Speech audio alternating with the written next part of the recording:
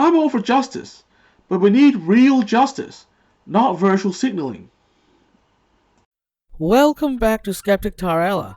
Today I'm going to sort of respond to a recent Blaire White video titled The Truth About Trump and the Trans Community.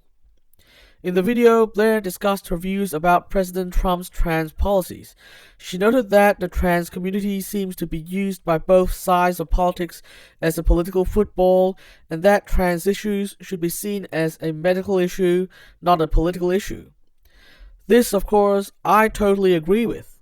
In fact, I think I can speak for the majority of trans community when I say that we are sick and tired of the over-politicization of everything trans. There's clearly something very wrong when, as a trans person, I felt more comfortable with the state of society back in 2007 compared to now. I really don't know how I would have handled coming out in this toxic environment. Looking back, I'm glad that I did it more than a decade ago. I think the reason for this politicization is because there are groups with shady agendas gaining ground on both sides of politics, and they want to use the trans issue as a wedge to advance their projects of social control over the wider community. On the right side, there are signs that the authoritarian right is gaining ground again, due to the weakening of libertarianism over the past few years. We see it in things like the big Amari versus French debate of last year. On the left side, there is a radical critical theory faction that is essentially pushing a feeling of oppression onto trans people, as well as other minority groups, in order to both recruit and radicalize these groups. Furthermore, both sides also appear to want to increase the level of cultural conflict in society, which they believe will help achieve their goals.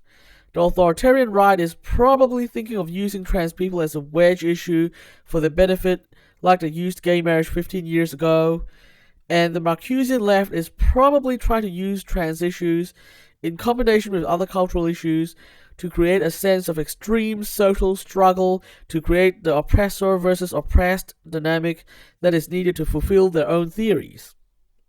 Trans people are simply caught in the middle of these two camps.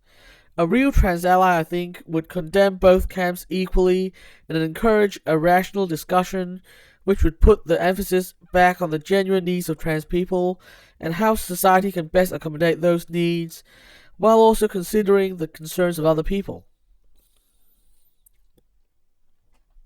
The Trump administration is one site where both sides want to play the game to their advantage. Based on my own assessment, I actually agree with Blaire that Trump is likely neutral in regards to LGBT issues. He has never shown much care, positive or negative, regarding LGBT people and issues.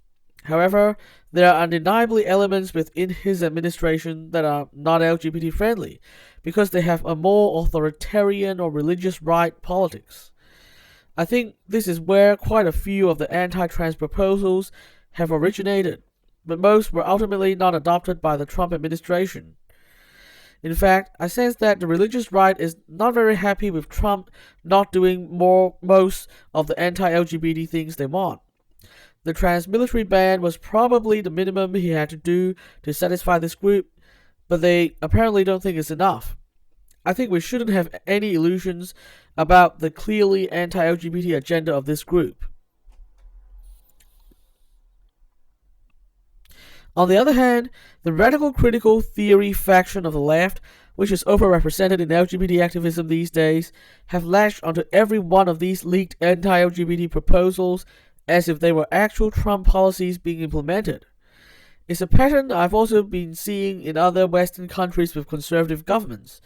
This has actually been bad for the trans community, because it means that trans people are having unnecessary worries about what may happen to them. As Blaire said in the video, there was widespread fear about a leaked 2018 policy that would have prevented trans people from updating their documents, which was simply never implemented, and a lot of trans people were essentially made to feel severe anxiety over nothing. My thinking is, there really is no point in exaggerating the harm being done to LGBT people by conservative administrations, because at the end of the day, this is essentially making people feel oppressed at the expense of their own health and well-being. The truth is, there is often a tug of war between the authoritarians and the libertarians on the right, which means that some things are simply rumors that will never become actual policy. Furthermore, the radical critical theory left doesn't just exaggerate the harmfulness of conservative politicians to LGBT people. They also often encourage LGBT pessimism about left-leaning politicians. Throughout last year, during the Democratic primaries, there were people playing up Tulsi Gabbard's previous stance against gay marriage, something she clearly changed her mind on several years ago. In fact, all the evidence points to her being completely LGBT-friendly nowadays. Early this year, they even attempted to sow doubts about Bernie's allyship, simply because he accepted an endorsement from Joe Rogan.